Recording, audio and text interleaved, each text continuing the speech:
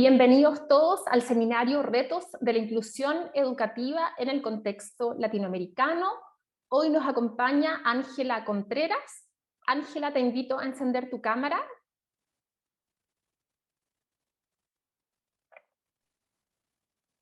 ¿Cómo Hola estás, Nadine, Ángela? muy bien, muchas Bienvenida. gracias, muchísimas gracias. Estamos muy contentos de tenerte hoy día y de poder hablar de un tema tan importante, no solamente en el fondo en Chile, sino que en el contexto latinoamericano, aprovechando esta plataforma que nos dan las redes, estas redes. Así es, estoy muy contenta, muy agradecida, muchas gracias. Y bueno, estoy feliz porque estoy viendo en el chat y tenemos amigos de Venezuela, tenemos de Chile diferentes lugares del país, tenemos diferentes comunas, así que estoy segura que va a ser una instancia muy agradable, yo creo que vamos a quedar todos muy contentos y espero que se sigan conectando más colegas, más estudiantes, más amigos para que podamos compartir nuestras experiencias.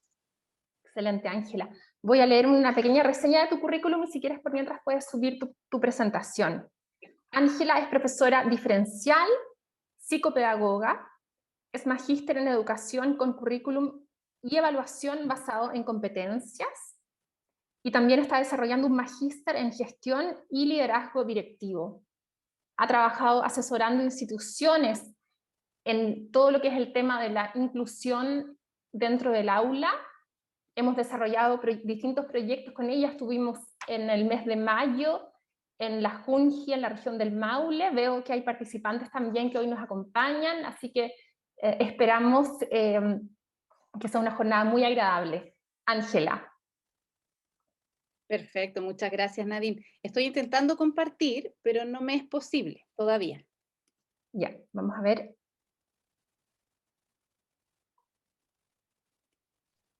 Un momento. ¿Tú me avisas, Marius? Sí, Para yo poder subir mi presentación. ahora puedes.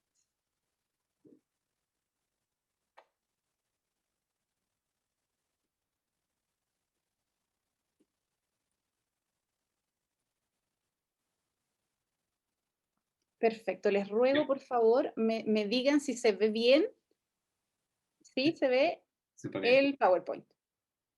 Sí, El fantástico. PowerPoint en pantalla completa. Sí, Muchísimas gracias.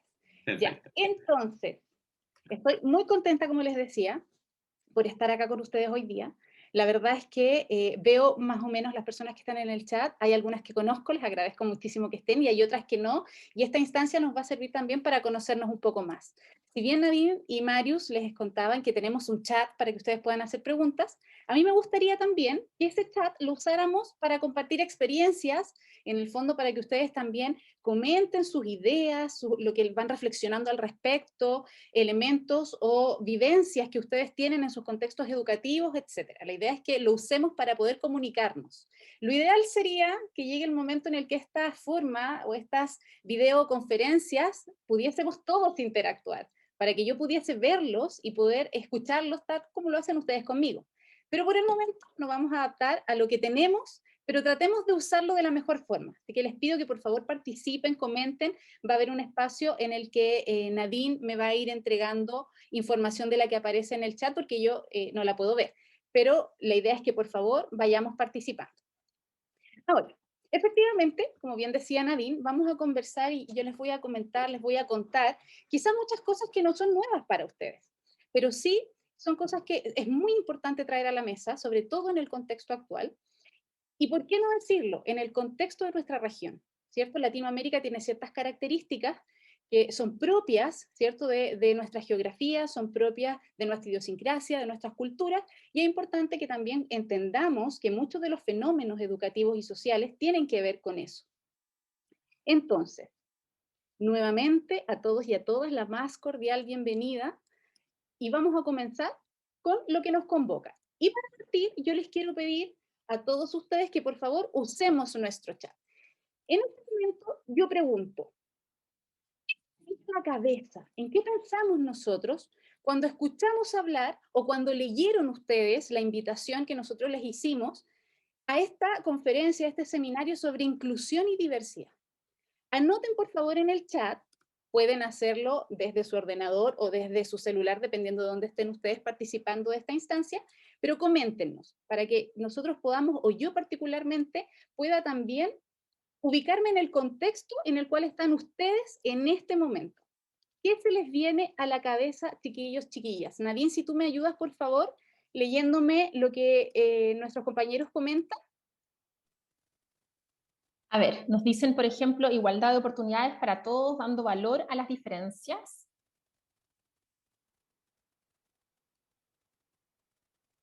A ver, ¿qué más? Vamos, chiquillos, con toda confianza. ¿Qué se les ocurre? ¿Qué es esto de la inclusión? ¿Qué es esto de la diversidad? ¿Será lo mismo? ¿Serán cosas distintas? Traten de visualizarlo en el contexto educativo. Traten de mirarlo desde esa perspectiva.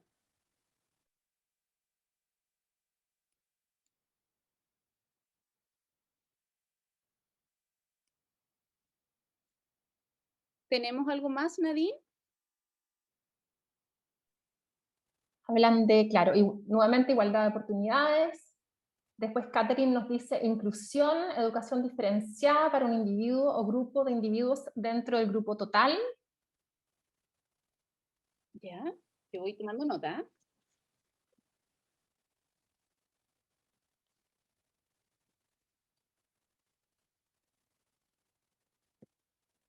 ¿Quién más, chiquillos? Jorge nos dice oportunidad de participación a todos por igual sin distinguir origen, condición, etc.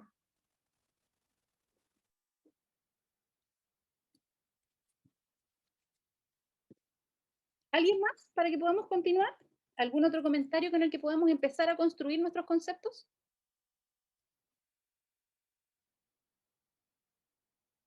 ¿No tenemos más, Nadine? Nos dicen también oportunidad de desarrollarse al máximo sin importar las diferencias. Y después Florinda nos dice, desde la educación es necesario ver desde niños las diferencias y respetarlas, que éstas nos hagan ver no hagan ver al futuro adulto diferencias con las cuales no pueda compartir. Fantástico. Fantástico. Muchas gracias, Nadine, por tu colaboración. Gracias a todos quienes nos comparten sus ideas, sus opiniones. Salen cosas muy interesantes, chiquillos, porque cuando nosotros hablamos de igualdad de oportunidades, ¿qué queremos decir con eso? ¿Que las oportunidades deben ser iguales para todos, por ejemplo? ¿Estamos diciendo que unos debiesen tener más oportunidades que otros?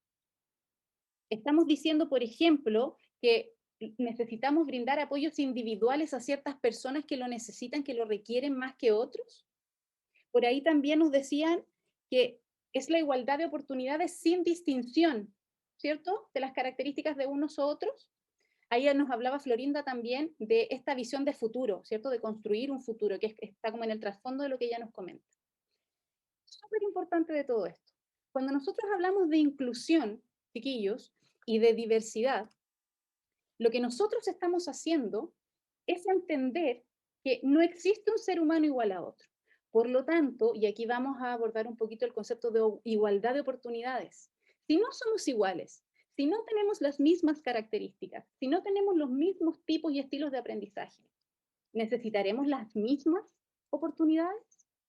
¿Necesitaremos los mismos accesos? ¿O necesitaremos un abanico de posibilidades que nos permitan enfrentarlos? Y vamos a tratar de evitar sin importar su característica o sin importar su condición, porque sí importa, pero importa positivamente. Es considerando sus características, considerando su situación, considerando su condición. Porque cuando hablamos de por ejemplo, un pese, a este niño le va bien pese a que tiene esta dificultad, es un pesar, es un pobre. No, no es un pesar. Le va bien y tiene estas características.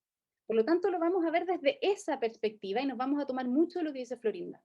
Es construir una visión de sociedad futura, en donde los adultos de mañana sean capaces de entender que la vida es en convivencia, que sean capaces de entender que lo natural en la estructura humana es la diversidad. Y lo vamos a ir profundizando a lo largo de estos minutos que nos quedan en este seminario.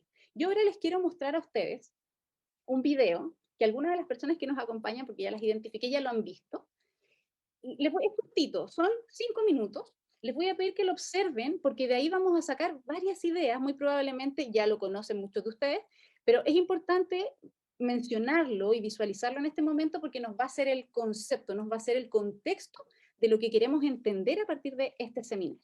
Por favor, Nadine, Marius, si me pueden avisar si esto se escucha y se ve bien.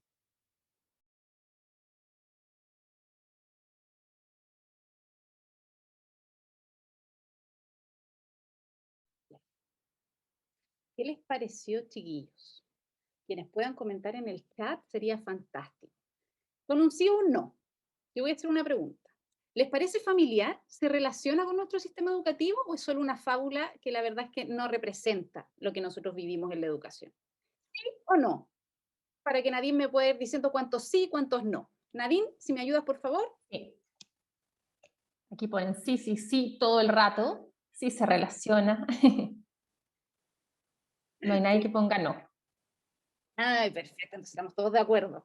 Si estamos todos de acuerdo, entonces esa es la primera señal de que pese a que estamos inclusive en diferentes países, no son más que fronteras, ¿cierto? Son fronteras imaginarias, son geográficas que para nosotros, ¿cierto? Para quienes habitamos el mundo, no significan nada importante, básicamente, más allá de un concepto de nación, de país, de patria, como ustedes quieran llamarlo.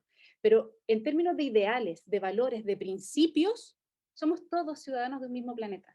Y los que estamos dentro de esta región compartimos entonces, a partir de sus respuestas me lo firman, sistemas educativos que se parecen muchísimo. Y se parecen muchísimo porque nuestro contexto, nuestros diferentes contextos se parecen muchísimo.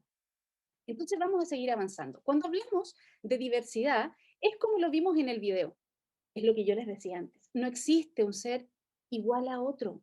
No existe. Esto es algo que históricamente fuimos forjando en el mundo de la educación, engañándonos y disfrazando esta heterogeneidad con una falsa homogeneidad, ¿cierto? Que hasta en lo estético se notaba. En mi país, al menos acá en Chile, todos con uniformes, todos iguales. Yo recuerdo que cuando yo era niña, mis compañeros hasta el pelo se lo tenían que cortar igual. Y nosotras las niñas teníamos que ir con el mismo moño, con la misma cinta, y éramos todos iguales. Y nos enseñaban a todos iguales. Y nos evaluaban y nos medían a todos iguales. Y la verdad es que la cosa no ha cambiado mucho. Pero la diversidad entonces tiene que ver con todas las múltiples formas de ser o existir y que se van a ir manifestando en diferentes estados, en diferentes situaciones, a través de diferentes características que nos hacen ser individuales, seres individuales. Por ejemplo, lo vamos a expresar a través de la sexualidad, del género, la cultura, la religión, la estética, la política, las estrategias de aprendizaje, los estilos de aprendizaje, las preferencias, las percepciones, etcétera. La diversidad es toda forma en la que cada uno de nosotros se desenvuelve y se relaciona con su contexto. Desde la neurociencia existe un concepto que a mí me gusta muchísimo y que deja sumamente claro que la diversidad es una característica inherentemente humana. Todos los cerebros, nosotros como especie humana somos neurodiversos. No existe otro igual, no existe otro siquiera muy similar. Parecidos podemos tener, pero iguales no existen. Y esto es algo que nosotros en educación tenemos que tener siempre tremendamente presente, sobre todo nosotros que somos los que estamos llamados a construir ese futuro del que hablaba nuestra amiga hace un ratito atrás. Entonces, esto que está acá, esta diagramación, yo la traigo porque a mí me gusta muchísimo. Cada vez que yo puedo la muestro y la presento, porque esto es lo que a nosotros nos refleja los modelos educativos por los que hemos pasado en el desarrollo, ¿cierto?, de nuestra historia. Yo se los voy a ir mostrando acá. Y tenemos cuatro, ¿cierto? Cuatro modelos educativos. Tenemos exclusión, segregación, integración e inclusión. Y acá aparece claramente reflejado qué es cada uno. Si vemos la exclusión, vemos un grupo cerrado de personas básicamente iguales, y todos los distintos quedaron afuera, totalmente invisibles, ¿cierto? No tienen ninguna posibilidad de entrar, excluidos. Luego tenemos la segregación, en donde todos los que estaban excluidos se reúnen en un mismo hábitat, pero aparte de este grupo de los que vamos a llamar, y lo vamos a usar el concepto, y después voy a clarificarlo, de normales, ¿cierto? Los normales en ese gran grupo y los diferentes en una parte. Luego tenemos la integración, que se viene acercando ya a la época en la que nosotros estamos, en donde ese grupo que era segregado, que estaba afuera, hoy día ingresa, ¿cierto? Se integra a este gran grupo de los normales, pero siguen siendo un grupo pequeño aparte, que se estructura y que funciona con recursos distintos, recursos humanos, recursos materiales. Y tenemos por otra parte la inclusión.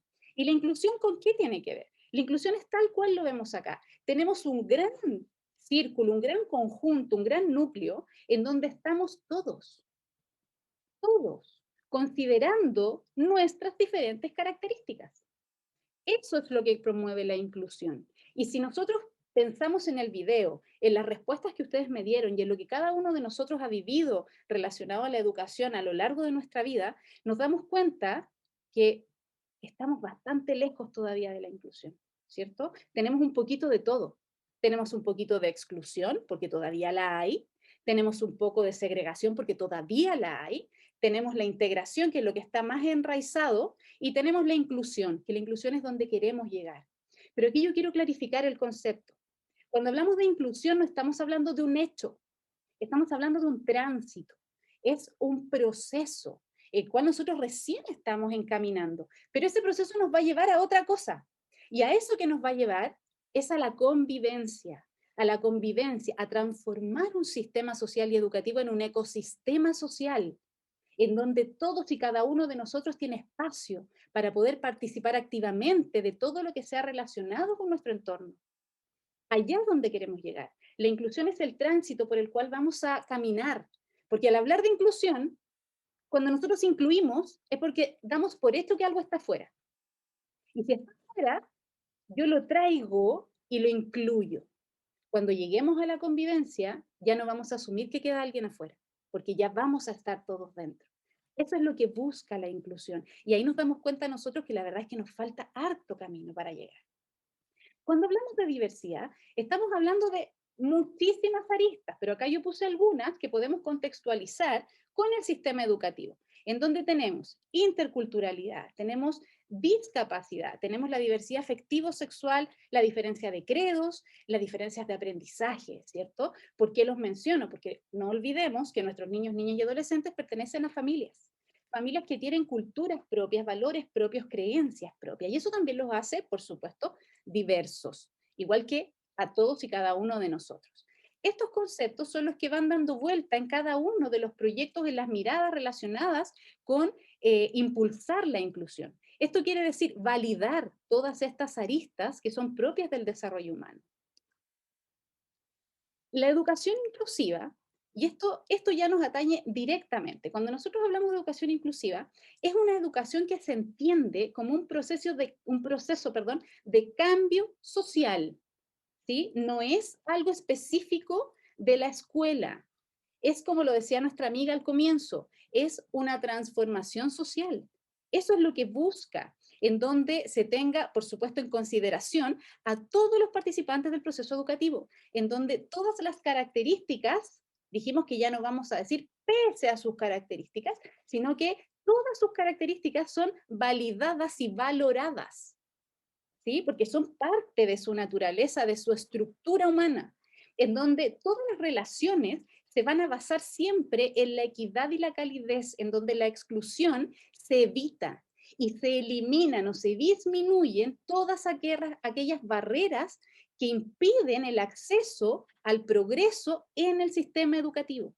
Y esto no solamente lo digo yo, esto también surge, y vamos a citar ciertos hitos en el desarrollo de la diversidad y la inclusión, en el Consejo Nacional para el Desarrollo de la Inclusión de las Personas con Discapacidad, ¿cierto? Y esto estamos hablando del año 2015. Ahora, ¿qué es lo que nos compete a nosotros como escuela? Nosotros somos el escenario, chiquillos y chiquillas.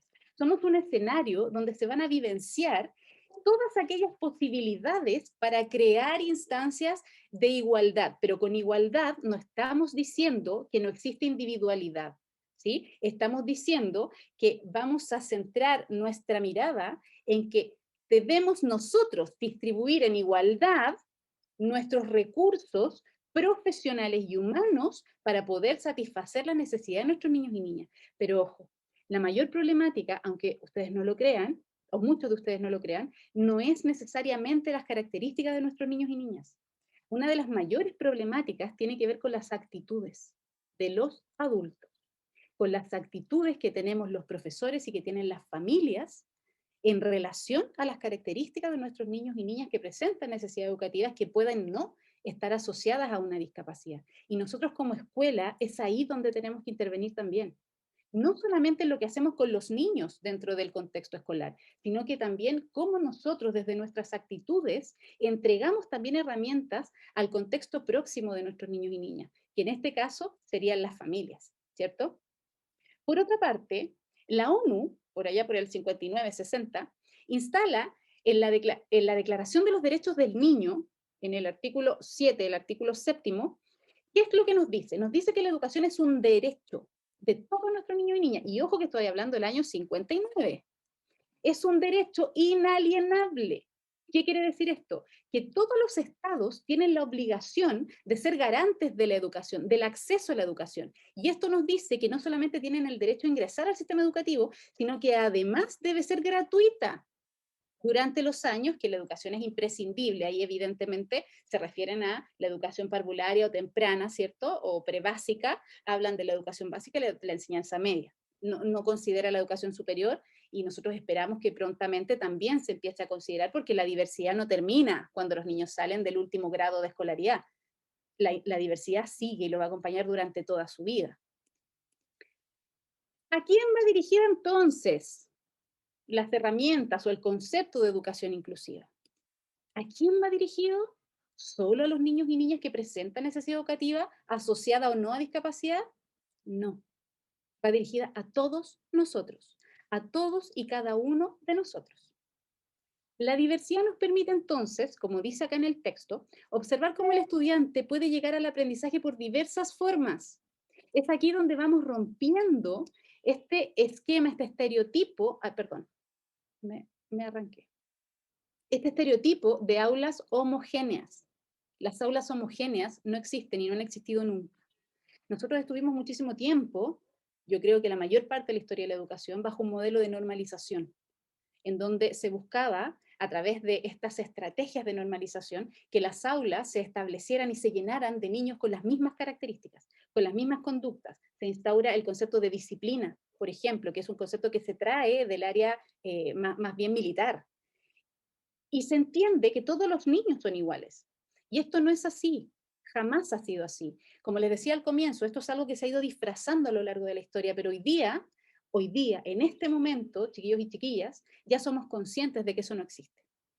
Somos conscientes de que no existe esta homogeneidad. Nuestras aulas son absolutamente heterogéneas y nuestro rol como educadores, como educadoras, es entenderlo y no solamente entenderlo en el discurso. Debemos entenderlo, pero hacerlo vida, hacerlo carne. No basta con decir, sí, yo voy con la diversidad, sí, yo voy con la diversidad y la inclusión dentro del colegio, pero resulta que sigo utilizando las mismas prácticas pedagógicas que he usado durante toda la vida y que son las mismas que usaron conmigo cuando yo era un niño o una niña.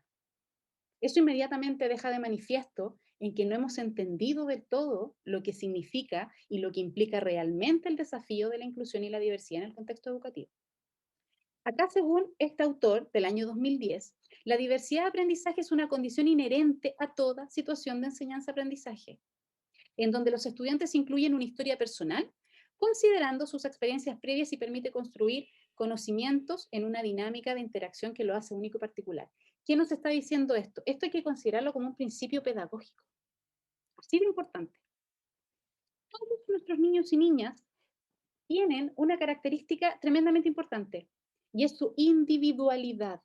No hablo del individualismo, su individualidad, que tiene que ver con quién es él, con saber quién es y poder expresarlo libremente, sin temor. Porque nosotros sabemos que nuestros niños, niñas y adolescentes que presentan ciertas características más bien atípicas, porque así lo vamos a llamar, más bien atípicas, son segregados, son excluidos, ¿cierto? Son maltratados, son muchas veces abandonados por el sistema educativo.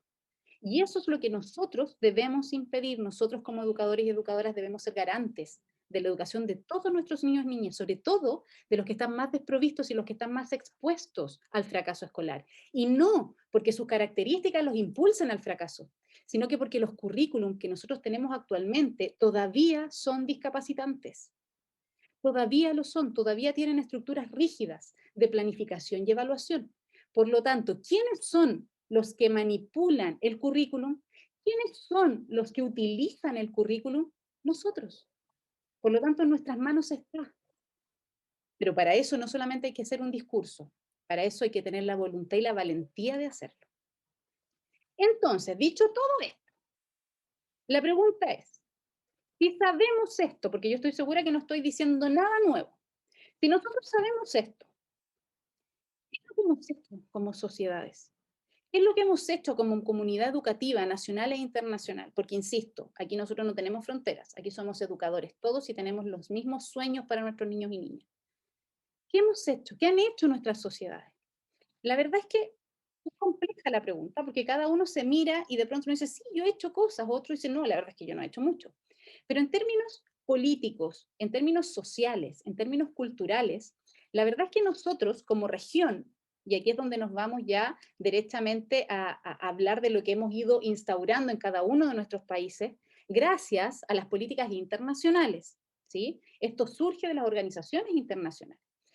Estos conceptos que aparecen acá, que son integración, ay, perdón, dice integración, ahí es integración e inclusión, que son integración e inclusión, son conceptos que, si bien son muy distintos, porque aquí vamos a clarificar que son muy diferentes, han sido de gran ventaja y han sido capaces de abrir muchas puertas a nuestros niños y niñas que presentan necesidades educativas que pueden o no estar asociadas a discapacidad. Pero aquí vamos a clarificar, chiquillos, porque nosotros llevamos bastante tiempo ya pegados en el concepto y en el modelo de integración. Cuando nosotros hablamos de integración, tal cual lo mostrábamos en la gráfica inicial, en donde aparecían estos conjuntos de personas, la integración está construida paradigmáticamente bajo un soporte y un sustento que se relaciona directamente con la normalización. Lo que busca la integración es que el niño, la niña o el adolescente que tiene ciertas características diferentes o atípicas, logre nivelarse o entrar en el mismo sistema educativo que todos aquellos niños que tienen más bien conductas típicas o que tienen un desarrollo más bien regular o natural.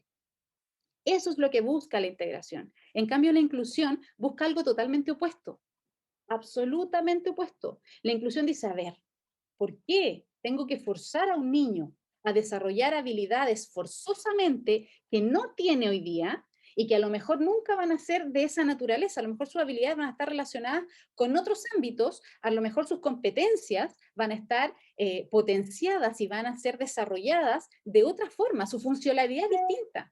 ¿Por qué yo tengo que forzarlo a que tenga la misma funcionalidad que el resto? La inclusión dice no. No lo vamos a hacer. Lo que vamos a hacer es adaptar el contexto.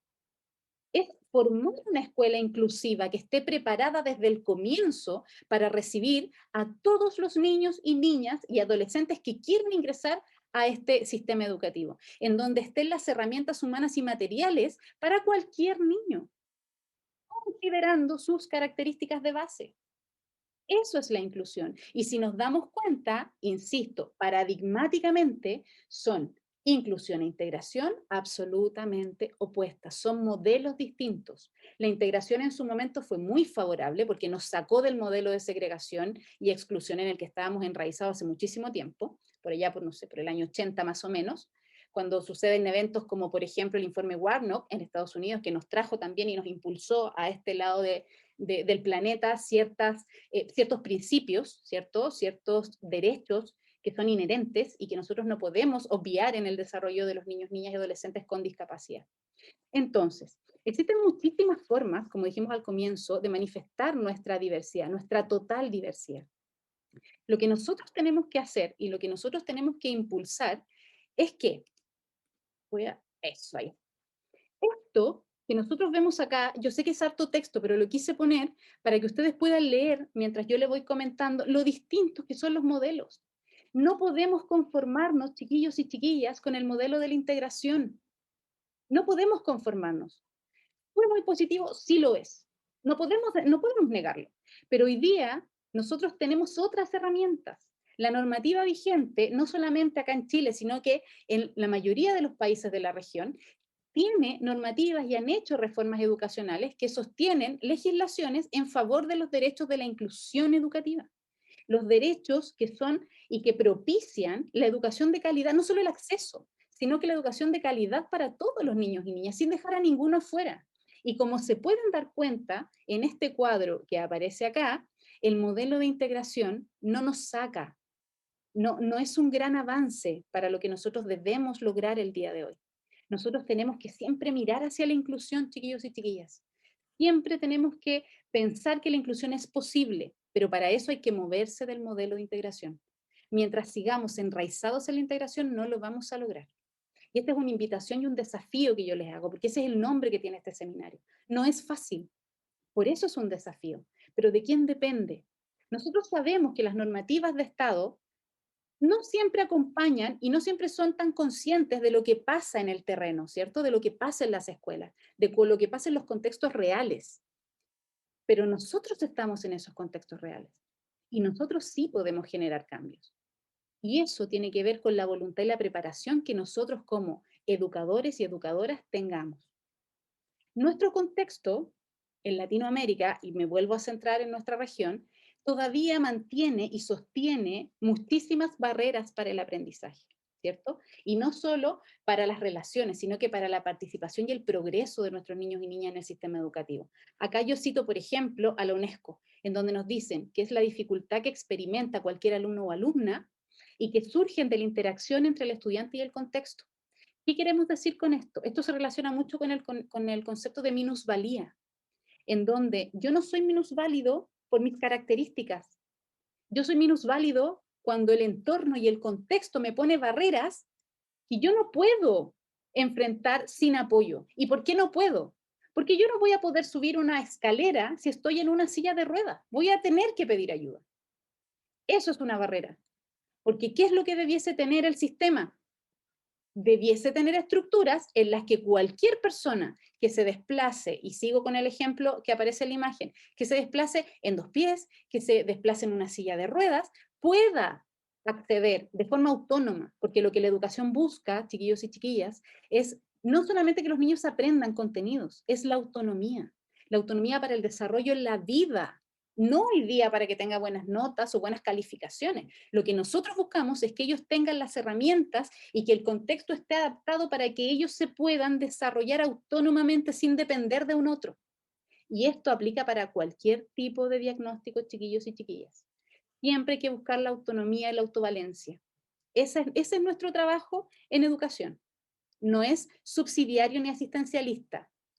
La discriminación arbitraria, cuando es positiva, tampoco beneficia a nuestros niños y niñas. Nosotros tenemos que enfrentarlos a desafíos, tenemos que enfrentarlos a exigencias porque así funciona la vida. La vida siempre les va a exponer a exigencias.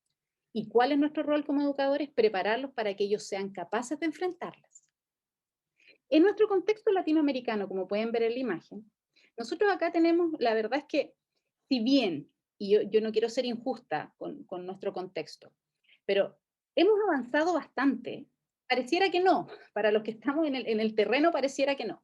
Pero desde la normativa vigente, la verdad es que hemos avanzado bastante, pero aún tenemos brechas enormes.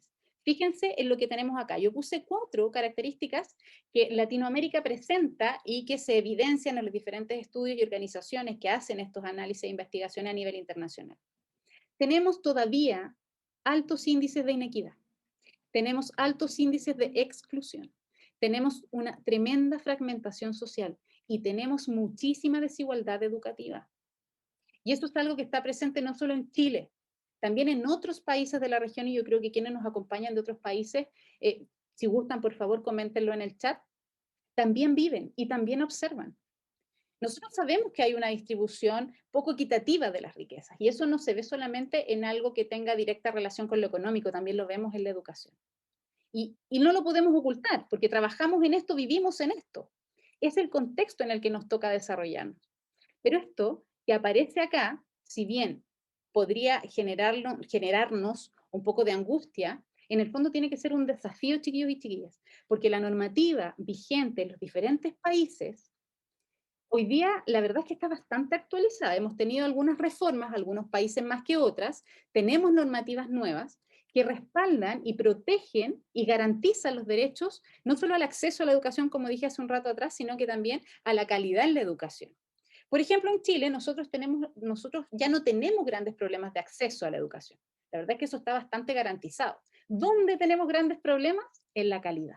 Y eso, insisto, tampoco lo digo yo, sino que surge de los estudios y las investigaciones que sostienen, por ejemplo, las organizaciones nacionales en base a los estándares, porque nosotros tenemos un sinfín de estándares, ¿cierto?, que miden la calidad de la educación, la eficacia escolar y un sinfín de cosas. La verdad es que si bien tenemos normativas, ¿qué pasa que no las aplicamos? ¿Por qué se queda en el papel? ¿Dónde está el problema? ¿Por qué no estamos nosotros como educadores recibiendo los recursos? Y con recursos no hablo necesariamente de cosas materiales, me refiero a recursos en formación, en perfeccionamiento que nos permitan poder luchar contra esto que está acá. Porque esto que está aquí, chiquillos y chiquillas, también es construcción de futuro. Si nosotros como educación tiramos toda nuestra carne a la parrilla, como decimos acá en Chile, cuando ponemos toda nuestra energía y nuestro profesionalismo a disposición del aprendizaje y del buen desarrollo de nuestros niños y niñas, lo que estamos formando son adultos capaces, competentes, felices, conformes con sus propias características. Aquí aparece lo que yo les hablaba hace un ratito atrás, el ecosistema social. Allá es donde queremos llegar. Un ecosistema social se trata de centros o escuelas considerados como comunidades humanas, y eso es lo que no podemos perder de vista.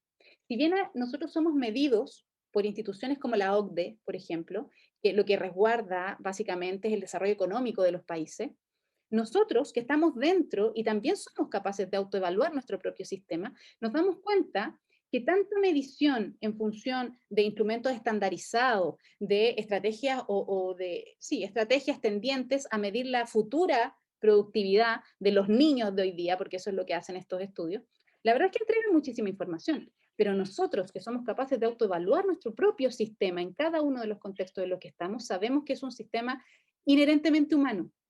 La educación, chiquillos, las instituciones educativas, son las únicas organizaciones en donde el 100% del recurso es humano. El resto puede estar o no estar para poder tener una educación de calidad. Lo que sí debe estar siempre es el recurso humano.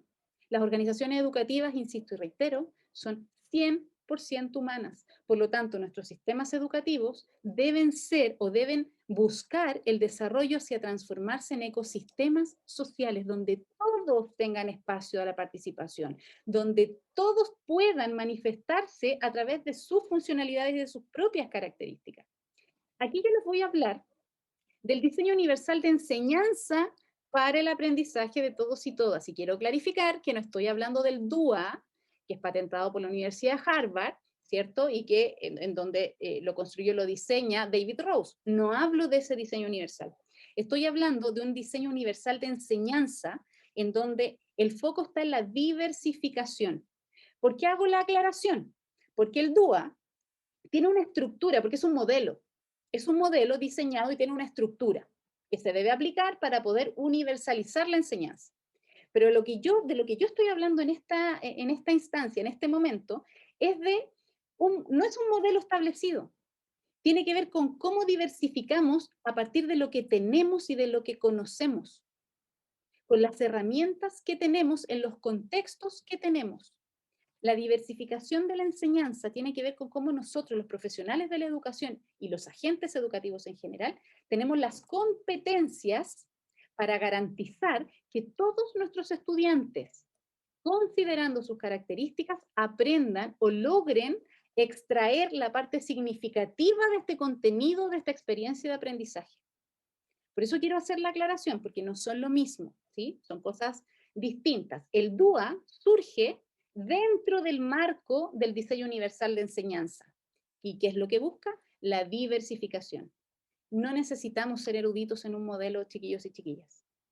Y me hago cargo de mis palabras. Lo que necesitamos es tener el compromiso, la voluntad de prepararnos, de buscar estrategias, de ser creativos, de ser innovadores y de valorar y por sobre todo querer a nuestros niños y niñas. Porque un elemento clave en una educación inclusiva y de calidad es el amor. El amor que nosotros tenemos por nuestra práctica docente, el compromiso y el amor que tenemos por nuestros niños y niñas. Y no me cabe duda que todos quienes estamos hoy día acá cumplimos con esas características. Si no, no estarían acá. No hubiesen buscado esta instancia para escuchar a una persona hablar de esto. Si no les interesara, si realmente no sintieran ese amor por esta vocación, no estarían. Entonces, aquí hay algunas características de las aulas inclusivas. Y acá yo ya me voy a empezar a impulsar un poco el cierre, porque ya estamos más o menos dentro de la hora, pero no me quiero saltar esto porque me parece importante. Las aulas inclusivas deben ser espacios de resolución de problemas auténticos y relevantes. Esto pueden tomar los chiquillos como algunos tips o algunas consideraciones que podrían ustedes sacar para poder implantar o implementar en sus contextos educativos. Todo, chiquillos, la resolución de problemas no es de dominio matemático. Nosotros tenemos la confusión enraizada de que los problemas se utilizan en matemáticas. No, los problemas deben estar presentes en todas las áreas de desarrollo, en todas las asignaturas, en todos los subsectores o sectores, dependiendo cómo en cada contexto se les llama. La resolución de problemas es lo que transforma un aprendizaje cualquiera en un aprendizaje significativo. Pero que el problema no lo resuelva usted, que lo resuelvan nuestros niños y niñas. ¿Con qué recursos? Desarrollando sus propias estrategias y habilidades ejecutivas. Porque eso es algo que en nuestros niños, sobre todo en los niños que presentan necesidades educativas especiales asociadas a una discapacidad, están descendidas. Y es ahí donde tenemos que poner el ojo, chiquillos y chiquillas. No en que memorices contenidos para tener una buena calificación, en que desarrolle habilidades ejecutivas, porque esas son las que le van a garantizar el éxito en la vida, no otras. Por lo tanto, sumamente importante considerar la resolución de problemas auténticos en los contextos de experiencias de aprendizaje. Se diversifican los contenidos, los procesos y los resultados. ¿Qué quiere decir esto? El currículum, sobre todo en el contexto que estamos ahora pandémico, tiene una estructura mucho más flexible que de costumbre y hay que aprovechar el momento. Es aquí donde podemos diversificar nosotros los objetivos, digregándolos, por ejemplo, desestructurándolos en objetivos específicos, construyendo indicadores que permitan que nuestros niños, independiente del nivel de desarrollo de aprendizaje en el que está, inicial, intermedio, avanzado, pueda acceder a ese aprendizaje y pueda responder en forma eficiente a esos indicadores. Si mis niños con más dificultades acceden y son capaces de responder eficientemente a los primeros indicadores de logro, que van a ser los que están un poco más abajo en la estructura taxonómica, fantástico, porque lo lograron con sus propias herramientas. No le voy a modificar la escala de notas, no le voy a hacer yo la tarea. Voy a adaptar el objetivo y los indicadores para que él con sus herramientas sea capaz de alcanzarlo. Lo mismo con los procesos y los resultados.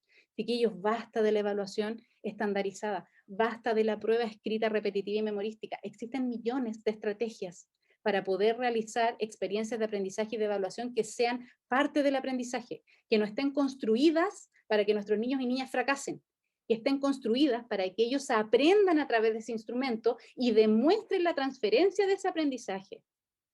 Se fomentan los aprendizajes para la comprensión y la valoración de las diferencias. Esto aporta muchísimo, chiquillos, en la construcción de cultura escolar.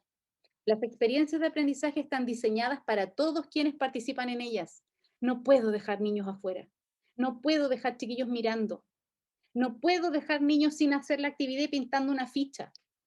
No puedo excluir dentro del contexto escolar. Debo buscar herramientas innovadoras, creativas. Los profesores, las profesoras, los educadores, las educadoras, tenemos un capital intelectual creativo tremendo. Explotémoslo, porque nuestros niños y niñas lo necesitan. Se fomenta la colaboración y el apoyo mutuo. El trabajo colaborativo es algo que nos ha costado enormemente a los docentes, pero tenemos que trabajarlo entre docentes y potenciarlo en el aprendizaje de nuestros niños y niñas. Que ellos entiendan que el modelo del individualismo, de la competitividad, no les sirve. Dejemos de competir, dejemos de hacer competir a nuestros niños. Que se colaboren, establezcamos objetivos de colaboración y de cooperación. Actividades de aprendizaje simultáneas y diversas. Todos los niños tienen por qué hacer lo mismo. Yo puedo tener un banco de actividades que tributen a un mismo objetivo y no necesariamente las voy a tener que hacer siempre. Si tengo un banco, puedo recurrir a él cuantas veces yo lo necesite. Y eso facilita que nuestros niños y niñas, desde una mirada universal, puedan inclusive elegir. Los recursos de apoyo están integrados al aula, disponible para todos. No solamente en la sala de integración, no solamente en la sala del grupo diferencial, en el aula común es donde tienen que estar, porque los niños y niñas aprenden muchísimo mejor con sus pares, porque ellos sí tienen la capacidad que los adultos perdemos por alguna razón relacionada con la socialización. Nuestros niños sí tienen la capacidad de valorar y validar las diferencias individuales. ¿Qué es lo importante para todo esto? ¿Qué es lo imprescindible? El equipo de profesores y profesoras, el equipo diferencial con todo su abanico de especialistas, porque recordemos también que hay muchos especialistas no docentes y que son tremendo aporte en la educación. Tenemos un equipo de liderazgo y gestión, aquí los líderes fundamental. Y cuando hablo de líderes, chiquillos y chiquillas, no estoy hablando solamente del director o la directora o el rector o la rectora de la escuela. Estoy hablando de todos nosotros. Todos y cada uno de los que estamos hoy día aquí somos líderes pedagógicos. Y debemos ejercer nuestro liderazgo formando cultura inclusiva, porque eso es lo que nuestra sociedad necesita no solo para hoy día, sino que para mañana también. La familia y las redes de apoyo, imprescindible para el desarrollo de la inclusión. Pero aquí falta un elemento súper importante, muy importante. Y ese elemento, chiquillos y chiquillas, son ustedes. Todos ustedes, todos los que estamos aquí, tú, todos los que estamos aquí. Somos tremendamente importantes y si nosotros no creemos en esto como una meta, más que como un sueño, porque los sueños generalmente se quedan en los idearios, como una meta, porque existe normativa, existe legislación, no solo en el país en el que cada uno está, son normativas internacionales. Lo que tenemos que impulsar es creer en ellas, utilizarlas en favor de los derechos de la educación de todos nuestros niños y niñas, que sean capaces de valorar sus diferencias entre sí, que nosotros seamos capaces de verlos no como un problema, sino que como un hermoso desafío. En la educación, entonces, chiquillos, la única herramienta realmente efectiva para construir un mundo mejor. Y esto suena así como, casi como extraído de un poema, ¿cierto? Pero en realidad es lo que vivimos. Es por lo que cada uno de los que trabajamos en educación estamos aquí. Porque creemos que es la única y la mejor herramienta que tenemos para cambiar el mundo del mañana, que todos sabemos, todos los que estamos aquí sabemos que tenemos que cambiar. Tenemos que aportar, no solo quejarnos, no solo cuestionarlo, no solo lamentarlos, trabajar para cambiar ese mañana. Eso va a permitir que nuestras sociedades, que nuestra sociedad latinoamericana, que nuestros países hermanos, chiquillos y chiquillas, puedan ir surgiendo. Porque las personas que hoy día tenemos nosotros a cargo, que son niños, niñas y adolescentes, mañana van a ser adultos que van a ser capaces de transformar este mundo. Ahora, con esto, chiquillos, yo me despido. La verdad es que les agradezco enormemente que hayan estado acá. Espero, porque no lo sé, no he visto el chat, que hayan podido registrar algunas ideas. Si no lo han hecho, aprovechen, por favor, porque para mí es muy importante poder, no los voy a leer yo, pero esto va a quedar registrado. Y lo que se pueda leer, lo que Nadine me pueda transmitir, para mí va a ser tremendamente enriquecedor, porque cuando trabajamos en inclusión, tenemos que ser capaces de siempre mirar al que tenemos al frente, y no mirarlo desde lejos, tratar de mirarlo desde la empatía y desde reconocer el contexto en el que él se encuentra. Nadine, con esto yo me despido. Ángela, espero que les haya gustado, que se hayan sentido partícipes. súper interesante, muchas gracias Ángela. Realmente estoy leyendo aquí las preguntas. Una de las preguntas, tú hablas de equipos, de tener equipos grandes en los colegios. ¿Qué pasa con los establecimientos que tienen menos recursos? ¿Cómo se puede implementar un plan de inclusión? Sí, a ver, cuando yo hablo de equipos, me voy a devolver un poquito. Cuando yo hablo de los equipos, chiquillos y chiquillas, no me refiero a grandes equipos. Pasa que cuando trabajamos en inclusión, existe una variedad.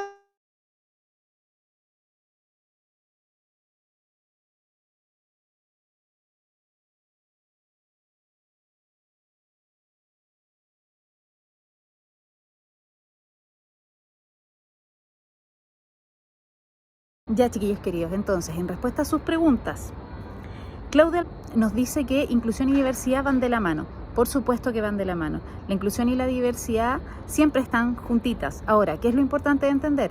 Lo importante de entender es que la inclusión garantiza y establece los espacios que siempre debió tener la diversidad. No olvidemos que, como lo decíamos en el seminario, la diversidad es una característica humana. Nosotros como especie somos neurodiversos, somos diversos, por lo tanto, la heterogeneidad es parte de nuestra naturaleza humana y la inclusión lo sabe, y la inclusión viene para establecer ese espacio de diversidad que todos merecemos. Por lo tanto, muy bien Claudia, tienes absolutamente toda la razón. Por otra parte, tenemos a Yuri, que nos habla y nos pide aproximarnos o acercarnos un poquitito al mundo del técnico profesional.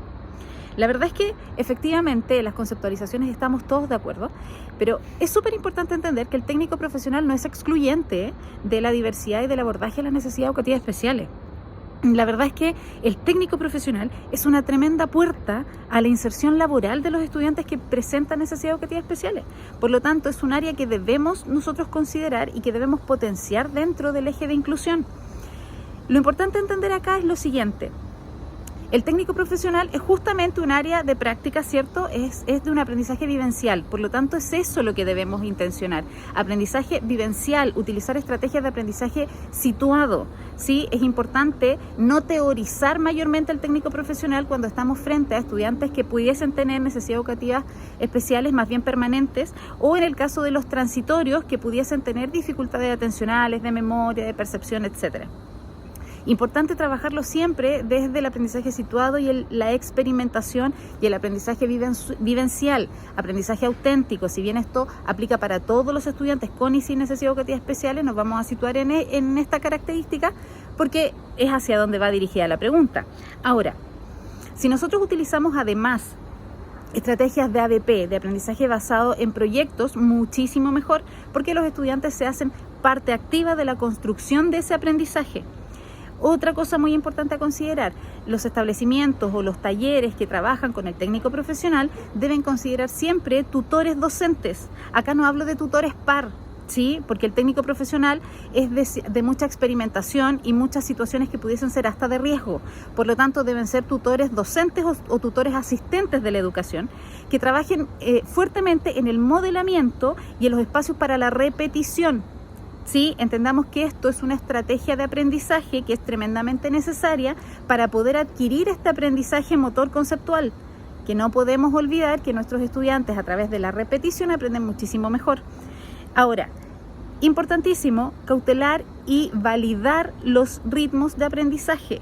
Los estudiantes con necesidades educativas especiales tienden a tener ritmos de aprendizaje distintos. Hay algunos estudiantes que se pueden categorizar dentro de la gama de los aventajados que se demoran menos, ¿cierto? Y para ellos tenemos que tener propuestas educativas que les permitan ir llenando estos espacios de tiempo. Y por otra parte tenemos a estudiantes que tienen ritmos de aprendizaje más lentos. En ese caso es muy importante respetar los ritmos de aprendizaje. Chiquillos, importantísimo, si nosotros presionamos a nuestros estudiantes a que aprendan rápido en un ritmo de aprendizaje más acelerado, que es el de su naturaleza y propio a sus características, estamos impulsándolo a cometer errores.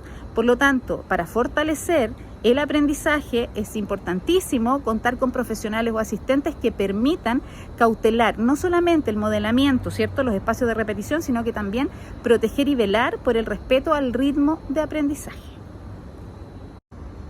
Acá tenemos también a Catherine, en donde nos dice que ¿por qué no utilizar ambos modelos, integración e inclusión? La verdad es que lo que nosotros esperamos es migrar de la integración y estar del todo en un contexto inclusivo. ¿Por qué razón? Porque la inclusión, recordemos lo que hablábamos en el seminario, es un espacio en donde todos tenemos cabida, en donde está preparado el ambiente, los recursos humanos y materiales para todos. Por lo tanto, no necesitaríamos otro espacio o otro ambiente que estuviese estructurado en base a la integración. Ahora bien, me imagino que la pregunta o el comentario de Catherine podría ir dirigido a los estudiantes que presentan mayores dificultades, ya sean dificultades profundas, de pronto intelectuales o de orden sensoriomotriz, en donde podríamos decir que es importante que ellos tengan un espacio distinto. Cuando estamos en un espacio inclusivo, también hay ambientes preparados especialmente para beneficiar en forma directa a este tipo de estudiantes, pero ojo, son espacios que también están abiertos a la participación de todos los demás. No son exclusivos ni segregadores, sino que son espacios que están preparados, insisto, en términos de recursos humanos, materiales y estructurales para absolutamente todos los estudiantes, ¿sí? Para todos los niños, niñas y adolescentes. Y sí pueden haber espacios específicamente diseñados para estudiantes, insisto, que tengan características o dificultades más profundas, pero son espacios que también van a permitir la participación de todos y todas, ¿sí? Así que lo ideal, mi querida Catherine, es que podamos tener espacios inclusivos, que podamos migrar de este modelo paradigmático de la integración y podamos llegar a este modelo de inclusión que en el fondo lo que busca y lo que pretende, porque también es un espacio de tránsito, no es un espacio en donde nos vamos a quedar pegados, es un espacio de tránsito que nos va a llevar a la convivencia, ¿sí? Así que es allá donde queremos llegar y para eso tenemos que transitar de integración e inclusión y luego llegar a este modelo que todos anhelamos, que es la convivencia. A mi querida Florinda, los padres son tremendamente importantes en el proceso formativo de todos los niños, niñas y adolescentes. Pero si nos vamos a esto, que tiene que ver específicamente con la inclusión y la diversidad, muy importante, los padres son los primeros en romper barreras, en ir siempre contra la corriente, en velar por los intereses y por los derechos de sus hijos e hijas, ¿sí? Por lo tanto, y aquí hablamos de padres y tutores, porque a veces no son los padres biológicos, padres directos o padres adoptivos, sino que son familias que se hacen cargo o personas que se hacen cargo, ¿sí? De niños, niñas y adolescentes que puedan tener dificultades de aprendizaje o necesidades educativas especiales, tanto transitorias como permanentes. Sumamente importante que los educadores o los contextos educativos vinculemos con las familias. Es tremendamente importante la información, pero la información a tiempo, no a placer, no cuando ya las cosas pasaron. Información preventiva, ¿sí? Información de intervención. ¿Qué estamos haciendo? ¿Cuáles son las estrategias que se están usando con nuestros niños? ¿Qué es lo que ellos tienen que hacer en el hogar? Las estrategias de anticipación son fabulosas para la familia porque ellos saben lo que va a pasar, saben qué es lo que se espera de ellos, saben cuáles son los aprendizajes que van a adquirir sus hijos y las estrategias que se van a utilizar. Muy importante a los centros educativos, actividades para padres, talleres para padres, escuelas para padres. Es sumamente importante hacerlos parte del proceso porque somos aliados en este proceso de empuje al desarrollo de aprendizaje de estos niños, niñas y adolescentes. Por lo tanto, no nos olvidemos de que la familia es un elemento clave y nosotros como estructura educativa formal estamos llamados a vincular, ¿cierto? A llamarlos, a convocarlos y a ser parte de este hermoso proceso que en el fondo lo único que busca es potenciar a sus hijos e hijas. Así que, por supuesto, los padres son un eje importantísimo y nosotros debemos convocarlos, chiquillos, como consejo, talleres para padres, pero con sensibilización, con información, con entrega de estrategias, no informativos. Los padres no necesitan solo instancias informativas, ellos necesitan instancias de participación, ¿sí? Muchas gracias, Florinda, por tu pregunta. Y a mi querido Jorge, que por ahí nos dejó también una felicitación. Muchísimas gracias, la verdad es que lo hicimos con mucho cariño, mucho amor. Les pedimos 1000 disculpas por la demora en subir este seminario ya a nuestra plataforma, pero ya estamos listos y dispuestos, por lo tanto aquí está la respuesta a sus preguntas a su plena disposición. Muchísimas gracias, cariños a todos.